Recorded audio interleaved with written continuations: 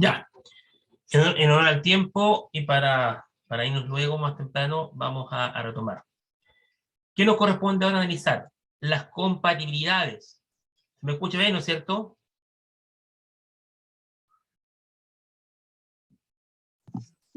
Ya. Sí, profe. Ya, las compatibilidades dicen relación con aquellas funciones que yo, siendo funcionario público, sí puedo desarrollar, ya, en forma paralela. O sea, puedo ejercer cargos o funciones que, reitero, siendo funcionario público, las puedo desarrollar. ¿Y cuáles son estas? Un cargo docente. Nada impide, por ejemplo, que yo, siendo abogado del Servicio de Protección Internos, sea profesor, como estoy diciendo aquí ahora con ustedes, ¿ya? O sea, profesor universitario. De hecho, yo en mi época de estudiante de Derecho, yo tuve muchos profesores que eran jueces, y todavía lo son.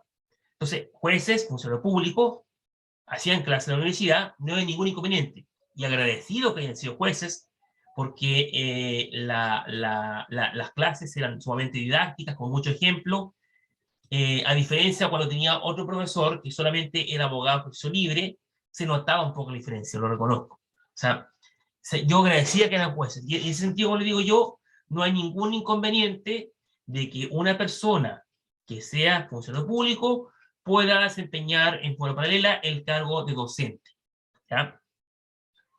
Tampoco no hay ninguna incompatibilidad para que un funcionario público pueda ejercer funciones a honorarios, pero ojo, siempre que esas funciones las ejecute fuera de la jornada ordinaria de trabajo. Tercero, ¿puede un funcionario público ejercer otro cargo, pero que sea de miembro de consejos o juntas directivas de organismos estatales? Tampoco no hay ningún tipo de incompatibilidad en ese sentido. Con los cargos que tengan me demoro un poco porque me están llegando tarde, entonces estoy agregándolo a los que están a los rezagados, por eso me demoro en hablar. Ahí sí, admití. Ya. Con los cargos que tengan la calidad de exclusiva confianza y con aquellos cargos cuyo nombramiento sea por un específico plazo determinado. Ahí sí.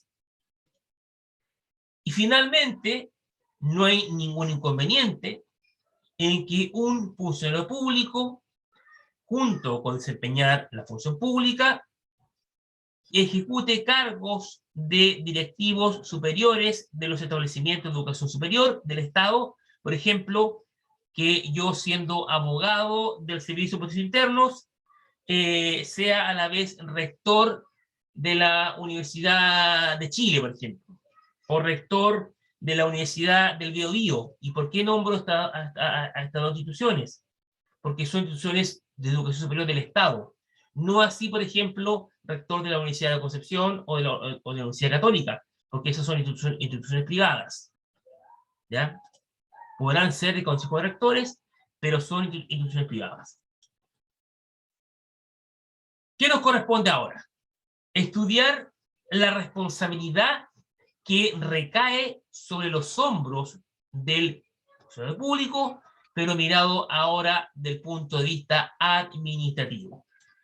Ya, la responsabilidad administrativa. No cabe ninguna duda que todo funcionario público tiene derechos y obligaciones. Lo dije al comienzo de esta clase, ¿no es cierto? Pues bien, las obligaciones están para cumplirlas, ¿sí o no? Y los derechos para ejercerlos. Pero ¿qué pasa si yo infrinjo o incumplo una obligación? O dicho de otra forma, ¿qué pasa si yo no cumplo un deber funcionario al cual sí estoy obligado a cumplir? En ese caso, yo estoy cometiendo una infracción, ¿ya? Y como consecuencia de esa infracción, puedo ser objeto de una anotación de de mérito en mi hoja de vida, o también puedo ser objeto de la aplicación de alguna específica medida disciplinaria.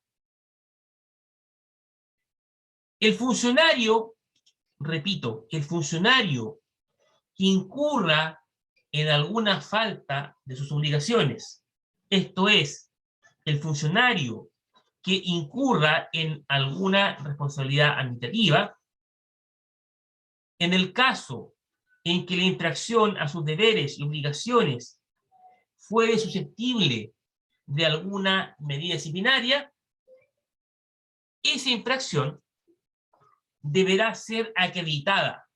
No basta, evidentemente, con acusar a un funcionario de que cometió alguna infracción. Debe ser acreditada. ¿Y dónde se acredita?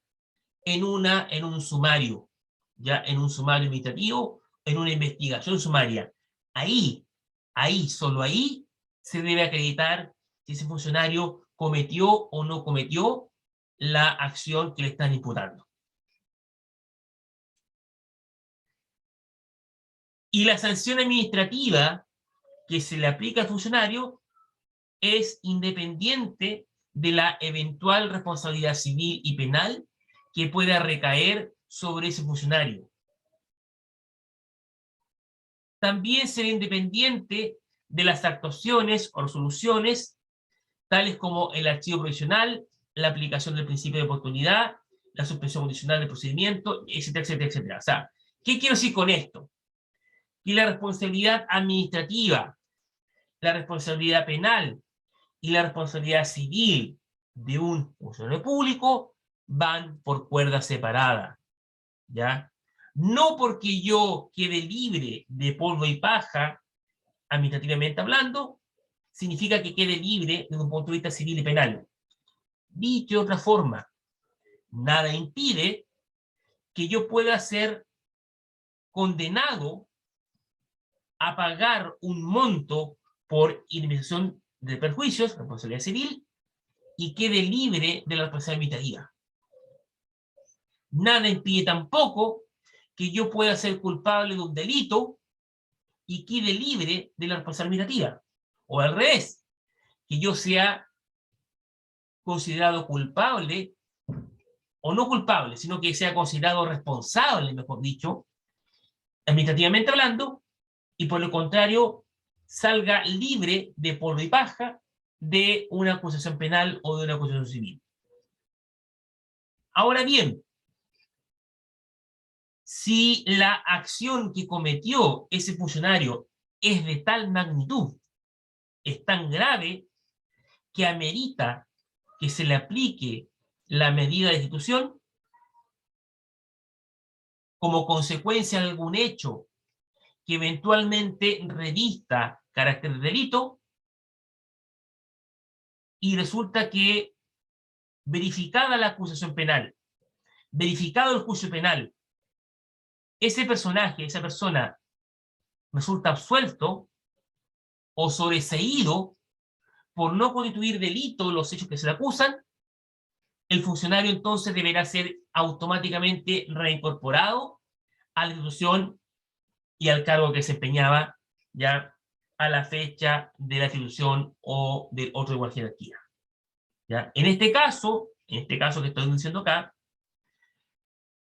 recupera, por así decirlo, y conserva también todos sus derechos y beneficios legales, como si durante el periodo que estuvo suspendido o durante el periodo que estuvo destituido, nunca dejó de ejercer las funciones. Se mira como que nunca se produjo esta suspensión, como que nunca se verificó esta institución. Ahora, en los demás casos, en donde se verifica el sobreseimiento definitivo o se dicta una sentencia absolutoria, podrá pedir la reapertura del sumario administrativo, y si en este también se le absolviere, procederá también la reincorporación del funcionario en los términos antes señalados. Vale decir, se mira como que la reincorporación, o mejor dicho, la suspensión o la institución, nunca en la práctica se verificó. Se mira como que el trabajador el funcionario público siempre estuvo desempeñando sus funciones. Ahora, si en la práctica, ojo, si en la práctica no fuera posible llevar a cabo la reincorporación en el plazo de 6 meses, contado ese plazo desde la solución administrativa, el empleado entonces tendrá derecho a exigir como una única indemnización por los daños y perjuicios que se le provoca el pago de una remuneración que le habría correspondido percibir en su cargo durante el tiempo en que permaneció alejado de la administración, hasta con un máximo de 3 años. Y la suma de dinero que corresponda pagarle deberá pagarse en un solo acto, no se pagan cuotas, se paga al chinchín, por así decirlo, ¿ya? Y se le paga reajustada, conforme a la variación del IPC, desde la fecha en que efectivamente se verificó el cese de funciones hasta el mes anterior al pago efectivo. Esto es un cálculo matemático que hay que hacer en el momento concreto en que se verifique en la circunstancia. En cuanto a las medidas disciplinarias de las cuales puede ser objeto un funcionario público como consecuencia de actuar, estas pueden ser las siguientes. El funcionario público puede ser objeto de alguna de las siguientes medidas disciplinarias. La censura, 1. 2. La multa. 3. La suspensión del empleo desde 30 días hasta 3 meses. Y la más gravosa de todas, la destitución. Todas estas medidas disciplinarias que yo acabo aquí de indicar se aplicarán tomando en cuenta la gravedad de la falta cometida y también se consideran las circunstancias atenuantes o agravantes que arroje el mérito de los antecedentes. ¿Qué es lo que es la censura? Primera medida disciplinaria, reitero, de las cuales puede ser objeto un funcionario público. La censura consiste en una reprimienda. ¿Y qué es lo que es una reprimienda? Es cuando uno lo retan, ¿ya? Cuando uno era niño y en el colegio los padres nos retaban, nos estaban no una represión, no es lo mismo, ¿eh? Reprimienda no es lo mismo que represión. En este caso la censura es una reprimienda, un reto. Y este reto se verifica, se realiza por escrito, ¿ya? De esa reprimienda escrita se deja constancia en la hoja de vida del funcionario. ¿De qué forma? Mediante una anotación de mérito de 2 puntos en el factor de calificación correspondiente. O sea, es una anotación como en el colegio cuando se portó mal, ya le pegó al compañero, llegó tarde a clases. Iba a decir aquí tener varias notas de mérito, pero como broma, por favor. ¿Ya? O sea, reitero, la censura es una reprimienda, un reto que se hace por escrito al trabajador. La multa. La multa, aquí ya se le pega en el bolsillo al trabajador. ¿Por qué?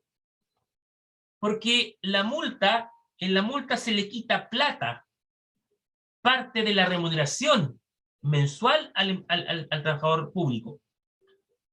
Esa multa, de acuerdo a lo que dice la norma, no puede ser inferior a un 5% ni superior a un 20% de la remuneración total del trabajador. El funcionario, aun cuando haya sido multado, siempre va a mantener su obligación de ejecutar el cargo para el cual está desempeñando. De la multa también se deja constancia por escrito. ¿Dónde? En la hoja de vida del funcionario. ¿Ya? ¿Cómo? Mediante una anotación de demérito, también en el factor correspondiente de calificación. Y hay una escala. ¿Cuál es la escala acá? Si la multa no excede del 10% de la remuneración mensual, la anotación va a ser de 2 puntos. Por el contrario, Si la multa es superior a 10% y no excede el 15% de la remuneración mensual, entonces la anotación va a ser de 3 puntos. Y finalmente, si la multa es superior al 15%, la anotación ya va a ser de 4 puntos. Entre más alta sea la multa, más alto también va a ser el punto de desmérito. En cuanto a la suspensión del cargo, la suspensión consiste en que el trabajador, el funcionario público, queda privado temporalmente de desempeñar la función, ¿ya? Y también queda con un goce reducido de su remuneración. Su remuneración, cuando se suspende el cargo, varía entre un 50 a un 70% de la remuneración, y también queda imposibilitado de poder hacer uso de los derechos y prerrogativas que le eran inherentes al cargo que estaba en ejercicio. También se deja constancia escrita de la suspensión en la hoja de vida funcionario mediante una anotación de desmérito, pero ahora ya de 6 puntos en el factor correspondiente. Si ustedes se dan cuenta, entre más avanzamos en las medidas disciplinarias, más alto es el puntaje en el factor correspondiente. Y la más gravosa de todas, la más grave, la más terrible, es sin duda la destitución. ¿Ya? Y la destitución se traduce en una decisión de la autoridad que tiene la facultad para hacer nombramiento. O sea, dicho de forma, la autoridad que me nombró es la misma autoridad que tiene la facultad de destituirme. ¿Y cuándo procede la destitución? Procede primero que nada, decir que la destitución es estricta, es de derecho estricto. ¿Qué quiero decir con esto? Cuando yo afirmo que la destitución es de derecho estricto, quiero decir que solamente opera la destitución cuando los hechos constitutivos de la infracción son de tal magnitud, son tan graves, que vulneran el principio de la probidad administrativa. Y también operará la destitución en los siguientes casos. Primero, cuando yo soy un flojo. ¿Qué quiero decir con esto? Cuando por flojera, en realidad, porque esa es la palabra, me ausento de la institución por más de 3 días consecutivos sin causa justificada, cuando me fui de carrete, cuando me lancé a la vida, ¿ya? Y no justifico porque falté 3 días consecutivos. B, cuando infrinjo las disposiciones de las letras I, J, K y L del artículo 84 del reglamento, perdón, del estatuto, y ese artículo 84 hace referencia a las prohibiciones que yo tengo como funcionario público, y ya las analizamos anteriormente, no las vamos a volver a analizar ahora. Cuando yo, funcionario público, soy condenado por crimen o simple delito, por ejemplo, yo lo que era, toco madera, voy y mato a mi señora, femicidio, ¿ya? Automáticamente, además de joderme la vida de un punto de vista civil, también me la jodo de un punto de vista administrativo. Aunque va a ser, evidentemente, menos prioritario que el punto de vista civil, porque es terrible que uno mate a la señora.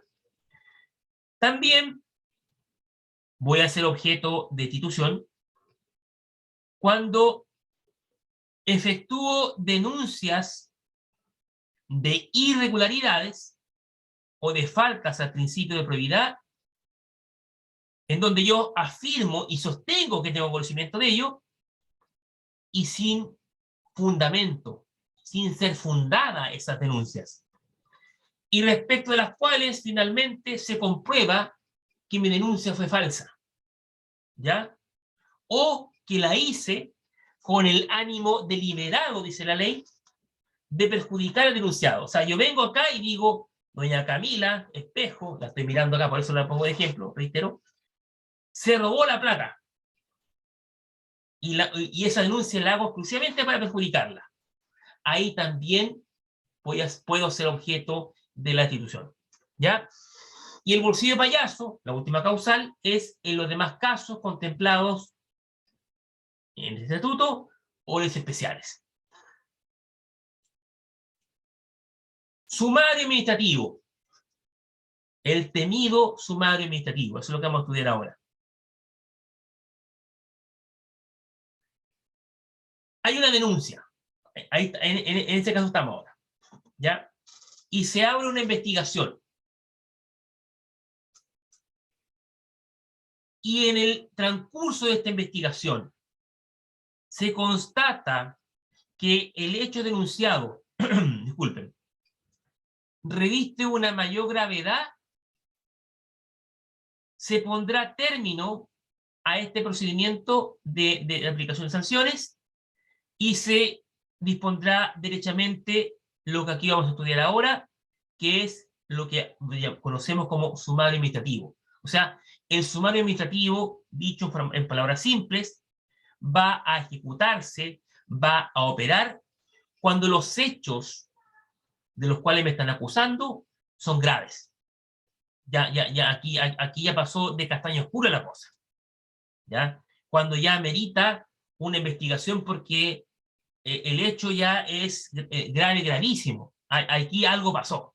Esa es la verdad de las cosas. Y hay que investigarlo. Si la naturaleza de los hechos denunciados o su gravedad lo exigen, y esta gravedad queda a juicio de la institución, va a ser el secretario regional ministerial o el director regional de servicios el que va a disponer la instrucción de un sumario administrativo. El sumario administrativo va a ser ordenado por este jefe superior de la institución o en su defecto por el secretario regional ministerial o en su defecto por el director regional de servicio, según corresponda, mediante una resolución. ¿Ya? Ahí comienza el sumario. El sumario comienza con una resolución. ¿Cuál es esta resolución? En la cual se designa el fiscal que va a estar a cargo de la investigación sumaria. El fiscal que es designado por la autoridad competente para iniciar este sumario debe a lo menos, ojo, debe a lo menos tener igual o mayor grado o jerarquía que el funcionario que está siendo objeto de la investigación. Si designado el fiscal, si una vez que ya designado el fiscal, reitero, aparece involucrado en los hechos investigados un funcionario de mayor grado o jerarquía del fiscal, entonces va a continuar sustanciando el sumario aquel que disponga, continuará aquel sustanciando el procedimiento hasta que disponga de hacer la investigación. O sea, se va a tener que designar un nuevo fiscal que a lo menos tenga ese igual o mayor grado de aquel que está siendo investigado. La resolución que designa al fiscal evidentemente debe ser notificada a él. ¿Por qué? Para que él tome conocimiento que fue designado fiscal. Una perogrullada, pero hay que decirlo. Y una vez que el fiscal es designado como tal, él se va a dar la tarea ahora de designar a un actuario, a una persona que lo va a ayudar en la ejecución sumario. Ese actuario, cuando asuma el cargo de actuario dentro de este sumario administrativo, se entiende que está en comisión de servicio para todos los efectos legales. Ese actuario puede ser un funcionario de cualquier institución del Estado regida por el estatuto y va a tener la calidad de ministro de fe, y va a certificar todas las actuaciones que se verifiquen o se realicen dentro del sumario. ¿Ya? Entonces, aquí el fiscal es como el juez, y más abajo tenemos a este actuario, que opera como ministro de fe. Si eventualmente dentro del sumario hubiese que realizar diligencias fuera de la ciudad en donde se está dentro del sumario, no hay ningún inconveniente, de acuerdo a lo que dice la norma, en que el fiscal pueda requerir a la autoridad que ordenó la instrucción del sumario la designación de un fiscal ad hoc, solamente para que ese fiscal ad hoc realice específicamente la función o la investigación en esa ciudad específica, y luego el fiscal primitivo va a continuar desarrollando la función de fiscal principal. Importante es señalar que todo sumario debe ser foliado, ¿ya? Foliado en letras y en números. Y el sumario, como cuerpo investigativo, se formará con todas las diligencias, con todas las actuaciones y con todas las declaraciones que, a medida que vayan ocurriendo, vayan sumándose al... Es como un expediente, en realidad. Es como un libro, ¿ya? Y con todos los documentos que se acompañen. Y ojo, esto es importante, toda actuación que se verifique dentro del sumario administrativo debe siempre, reitero, debe siempre llevar la firma del fiscal y la firma del ministro de fe, esto es, del actuario. Reitero, toda diligencia que se realice, que se verifique dentro de esta carpeta investigativa, siempre debe ir rubricada por el fiscal y por el actuario. En cuanto a las notificaciones que se realizan en el proceso, siempre deben hacerse personalmente. ¿Cuál es el objeto de la notificación? Poner en conocimiento de la parte afectada que se está haciendo una investigación en su contra. Y también poner en conocimiento de todas las partes de este sumario para que puedan ejercer sus derechos. Esta notificación debe ser personalmente. ¿Qué significa? ¿Qué significa personalmente? Significa que las copias que me van a notificar me las tienen que entregar a mí, Ricardo Echeverría, no a mi cónyuge, no a mi hijo, no al conserje, a mí, en cuerpo y alma. Eso significa personalmente. Pero la ley se pone en el caso de que yo me ande escondiendo o no me pillen. Ahora, cuando digo me escondiendo, puse una voluntad de mi parte. Pero puede ser que a lo mejor no me encuentren porque no me encuentren nomás. ¿Qué pasa ahí? ¿Cómo me notifican entonces si la ley dice personalmente? Bueno, en ese caso, la ley dice que si el funcionario no fuere habido por 2 días consecutivos, o sea, tienen que venir a mi casa un lunes y un martes, o un miércoles y un jueves, ¿ya? O mi trabajo también puede ser mi caso mi trabajo, porque la ley dice domicilio o lugar de trabajo. Entonces, en ese caso, se me va a notificar por carta certificada. Y de esa carta también debe dejarse constancia en el sumario administrativo. En ambos casos, junto con la carta certificada, debe dejarme también la copia de la resolución que a mí se me quiere notificar. Entonces después yo voy a llegar a mi casa y me voy a encontrar en la puerta pegado, ahí al lado de la puerta, una carta certificada. Voy a inventar acá, aquí está la carta certificada, y acá tengo la resolución que me quiere notificar. Entonces ahí ¿y cuál es la finalidad de eso? Que yo después no pueda alegar ignorancia y diga, a mí nunca me notificaron. No, señor, sí lo notificamos, pero si a mí no me llegó nada. Porque, ojo, y también pasa, me llegó la carta y el perro de mi vecino se la comió. Se comió la carta certificada y se comió la resolución. O un vecino chiquitito, un niño, vino como juguete, obvio las cartitas y se las llevó. Entonces yo nunca supe que me notificaron. Pero como quedó constancia en el expediente, y como la carta certificada también hay constancia, no puedo alegar ignorancia. Igual estoy notificado. Eso pasa mucho en materia civil, en juicios civiles. La típica respuesta al cliente: a mí nunca me llegó nada. Nadie me entregó. Y después yo reviso el expediente y aparece que sí lo entregaron. Lo que pasa es que ese día estaba lloviendo y la carta se destruyó. El perro se la llevó, el niñito se la comió, nunca le llegó. Pero como hay constancia, fue notificado.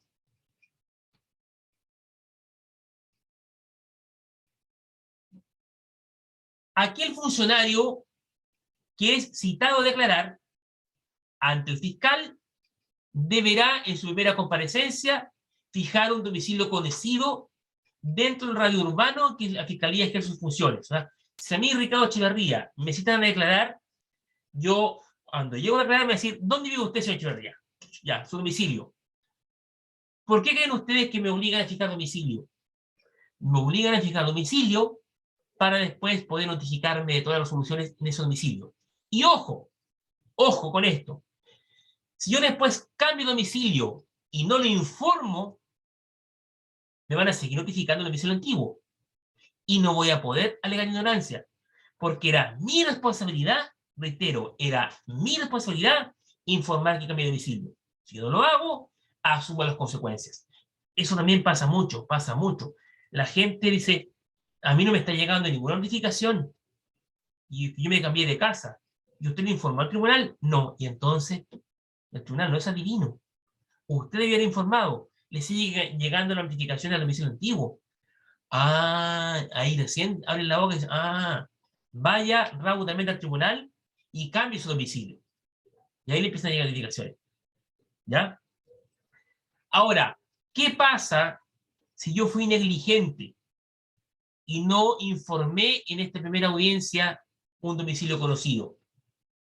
En ese caso, todas las notificaciones van a ser notificadas vía carta certificada en el domicilio que yo tenga registrado en la institución. ¿Y qué pasa, reitero, si me cambié de casa y empieza a llegar todo ese domicilio y nunca me enteré? Después no puedo alegar ignorancia. Es así de simple. En cuanto a la notificación, la persona notificado, legalmente hablando, se entiende que va a estar notificado cumplidos 3 días desde que la carta haya sido despachada. Y la fecha de despacho se mira como carta certificada en Correo de Chile. Ahí aparece la fecha de despacho. Porque una cosa es cuando yo la envié al Correo de Chile y otra distinta es cuando el correo la despachó. Y esa es la fecha importante. La fecha en que el Correo de Chile despacha la carta, no cuando yo la envío. Los funcionarios que están citados a declarar, ya, en calidad de inculpados, denme un segundo que estoy como, se me sale mi zapatilla de casa, perdonen la franqueza y honestidad, como estoy en mi casa, estoy más cómodo acá. Ya. Los funcionarios citados, entonces, que están citados a declarar en calidad de inculpado, cuando los citan, son citados bajo un apercibimiento especial. ¿Ya? Este procedimiento consiste en que dentro del segundo día de que son citados, formulen las causales de implicancia o recusación en contra del fiscal o del actuario. ¿Qué son estas causales de implicancia o recusación? Por ejemplo, yo estoy siendo objeto de la investigación y el fiscal se llama Juan Pérez. Y resulta que Juan Pérez, y yo soy divorciado, supongamos que estoy inventando la situación, para que se entienda. Yo soy divorciado y mi ex mujer se casó con el fiscal. Hay una causal de implicancia, no va a haber una objetividad en la medida que yo haya terminado mal con mi ex mujer. ¿Ya? Estoy, insisto, buscando ejemplos rebuscados para que se entienda la causal de implicancia. Y la recusación opera cuando el fiscal tiene algún interés en que, por ejemplo, o sea parcial, en que yo sea declarado culpable. y el tribunal me da un plazo, el fiscal me da un plazo para esto. ¿Ya? Los ejemplos que coloqué ahora los vamos a hablar teóricamente. Se considera una causal de recusación la siguiente: tener el fiscal o el actuario algún interés directo o indirecto en los hechos que se investigan, o que el fiscal o el actuario tengan algún tipo de amistad íntima, dice la ley, o enemistad manifiesta con cualquiera de los inculpados. Esa amistad íntima no se refiere, y perdón lo coloquial, no se refiere a que él sea amigo con ventaja con alguna de las partes. No. Se refiere con que sea amigo, un confidente. ¿Ya? Y la enemistad manifiesta significa que ese fiscal debe haber vociferado, a lo menos, una reticencia o una especie de odio con alguna de las partes, con el inculpado en este caso. ¿Ya? Y tener parentesco de consanguinidad, hasta el tercer grado inclusive, o de afinidad, o de adopción con alguno de los inculpados. Sería ridículo que el fiscal sea mi padre. Evidentemente, en la naturaleza humana, mi padre va a querer que yo salga libre de polvo y paja. O que el fiscal sea mi cuñado, o cuñada. O que el fiscal sea mi abuelo, fiscal sea mi nieto, suponiendo que soy mayor. ¿Ya? Y ahí la ley me dice, usted inculpado tiene 2 días para ejercer este derecho de la recusación o el otro. ¿Ya? Y una vez que es formulada la recusación, el fiscal o el actuario, según sea el caso, evidentemente, dejan de intervenir ipso facto. No quedan impedidos. Salvo, reitero, dice la ley, salvo en lo relativo a aquellas actividades propias del sumario administrativo que no puedan paralizarse, porque si se paralizan, pueden comprometer el éxito de la investigación, o sea, las actuaciones más urgentes. Esas, el fiscal o el actuario recusado igualmente tienen que ejecutarlas, aun cuando hayan sido objeto de esta recusación. En cuanto a la solicitud de recusación, esta debe ser resuelta en el plazo de 2 días, una vez formulada, por el fiscal respecto al actuario. O sea, cuando yo recuso al actuario, disculpen, es el fiscal el que va a resolver esa recusación.